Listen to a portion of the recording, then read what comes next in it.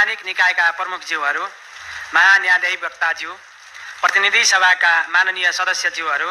राष्ट्रिय सभाका माननीय सदस्यज्यूहरू, नेपाल सरकारका मुख्य सचिवज्यू, नेपाली सेनाका प्रधान सेनापतिज्यू, सर्वोच्च अदालतका मुख्य रजिस्ट्रारज्यू, नेपाल सरकारका सचिवज्यूहरू, सम्माननीय राष्ट्रपतिज्यूको स्वकीय सचिवज्यू, विभिन्न सुरक्षा निकायका प्रमुखज्यूहरू, उपस्थित सम्पूर्ण विशिष्ट महानुभावहरू,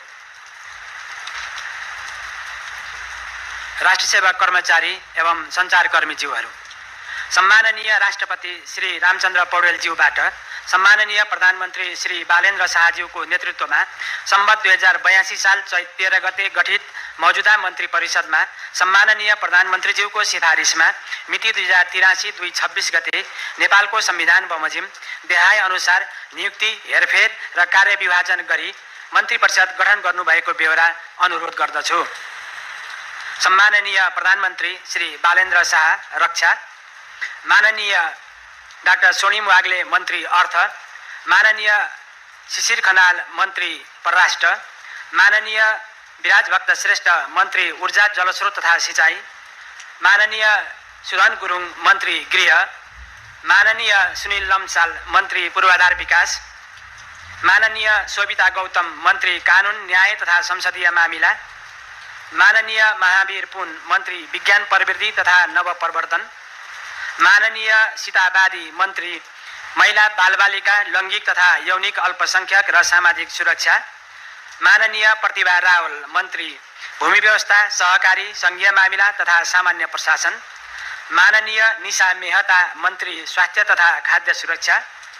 माननीय सस्मित पोखरेल मन्त्री शिक्षा तथा खेलकुद,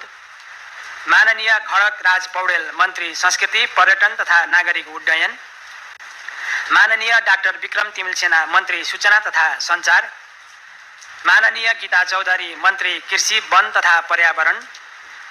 माननीय गौरी कुमारी मन्त्री उद्योग, वाणिज्य तथा आपूर्ति, माननीय रामजी यादव मन्त्री युवा, श्रम तथा रोजगार। नेपालको संविधानको धारा 80 मा मन्त्रीले आफ्नो कार्यभार सम्हाल्नु अघि सम्माननीय राष्ट्रपतिज्यू समक्ष संघीय कानुन बमोजिम पद तथा गोपनीयताको शपथ लिनुपर्नेछ भन्ने व्यवस्था रहेको छ। सोही व्यवस्था बमोजिम सम्माननीय राष्ट्रपतिज्यू समक्ष नवनियुक्त माननीय मन्त्रीज्यूहरूको शपथ ग्रहण हुने कार्यक्रम रहेको छ। यस समारोहमा राष्ट्रपतिको कार्यालयको आमन्त्रणलाई स्वीकार गरी उपस्थित हुनुभएका सम्पूर्ण विशिष्ट महानुभावहरूमा म हार्दिक स्वागत गर्दछु। समक्ष मन्त्री पदको पद तथा गोपनीयताको शपथ लिनुहुन नवनियुक्त माननीय मन्त्रीज्यूहरू माननीय सुदन गुरुङ मन्त्री गृह, माननीय महावीर पुन मन्त्री विज्ञान प्रविधि तथा नवप्रवर्तनलाई अनुरोध गर्दछु। म महावीर गुरुङ नेपालको सार्वभौम सत्ता र राजकीय सत्ता नेपाली जनतामा निहित रहेको नेपालको संविधान प्रति पूर्ण वफादार रही सत्यनिष्ठापूर्वक प्रतिज्ञा गर्दै ईश्वरको देश र जनताको नाममा शपथ लिन्छु कि मन्त्री पदको जिम्मेवारी प्रचलित कानुनको पालना गरी मुलुक र जनताको भलो चिताई कसैको डर नमानी पक्षपात नगरी पूर्वाग्रह वा खराब भावना नली ईमानदारीका साथ वहन गर्नेछु र आफ्नो कर्तव्य पालनको सिलसिलामा आफूलाई जानकारीमा आएको कुरा म पदमा बहाल रहँदा वा नरहँदा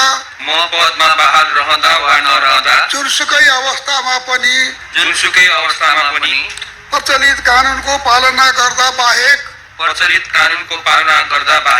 अरू अवस्थामा कुनै किसिमबाट पनि प्रकट वा संकेत गर्ने छैन।